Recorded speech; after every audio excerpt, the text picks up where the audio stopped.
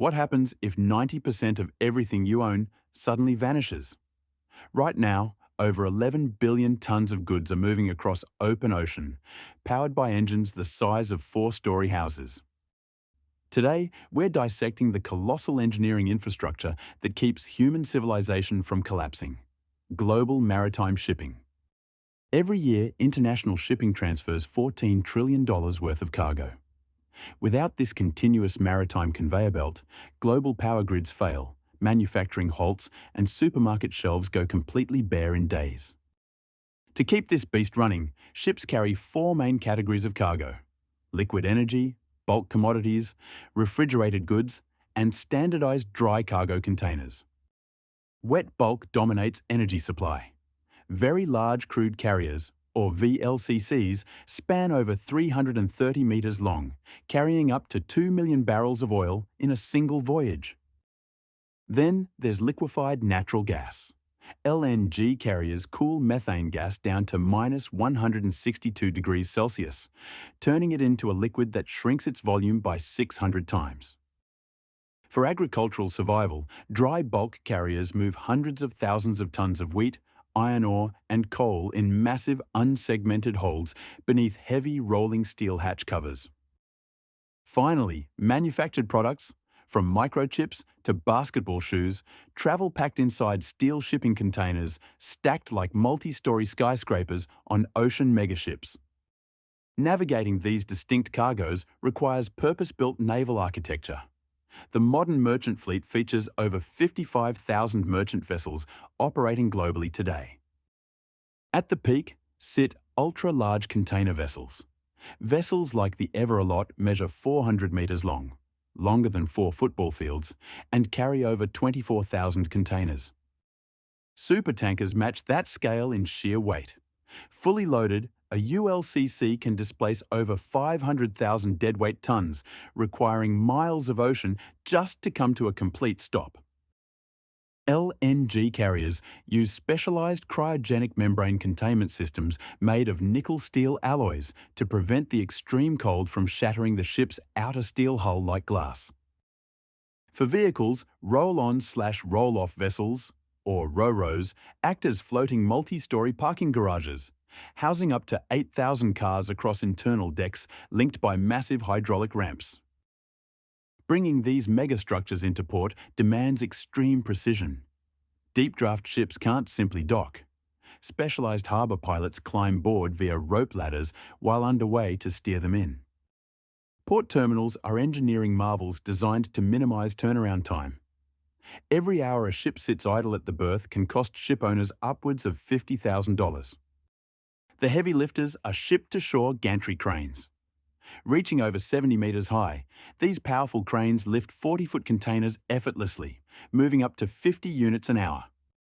On the dock, driverless automated guided vehicles follow underground magnetic grid markers, transporting containers directly to automated stacking cranes without a single human on the tarmac. Yet none of this speed existed until 1956. When trucking entrepreneur Malcolm McLean invented the standardized intermodal shipping container, revolutionizing world trade forever.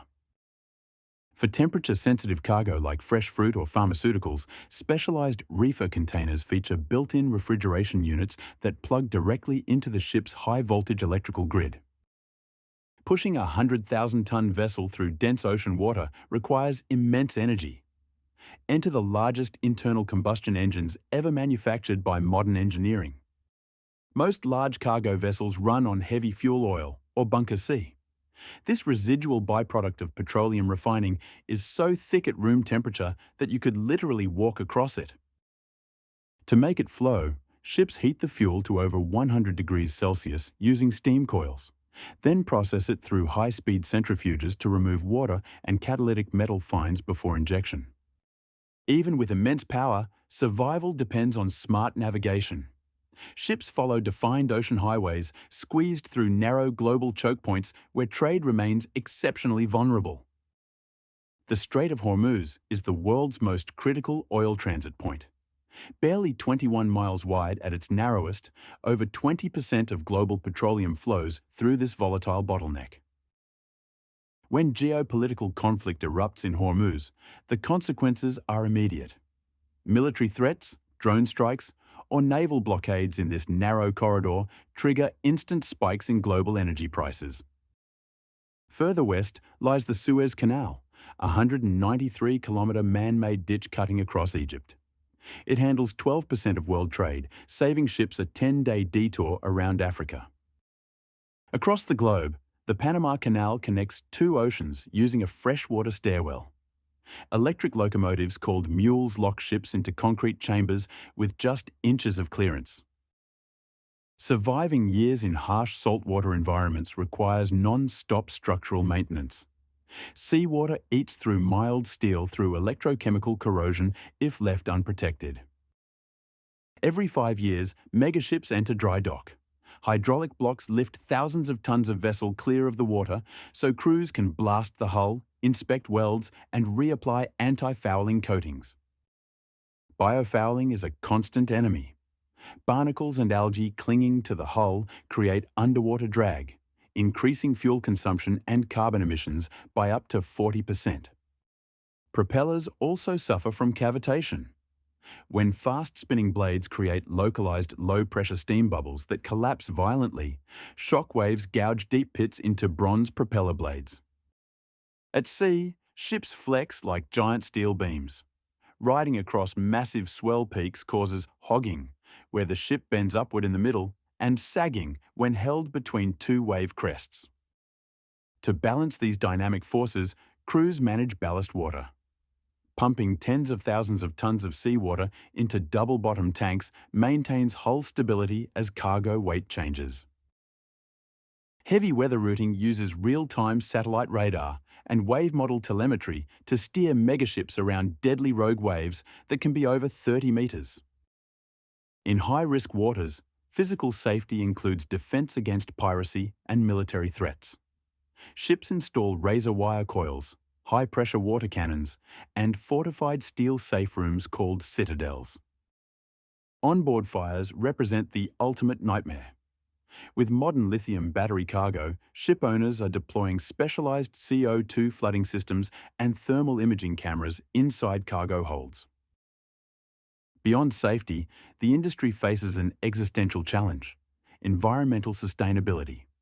Shipping accounts for nearly 3% of total global greenhouse gas emissions.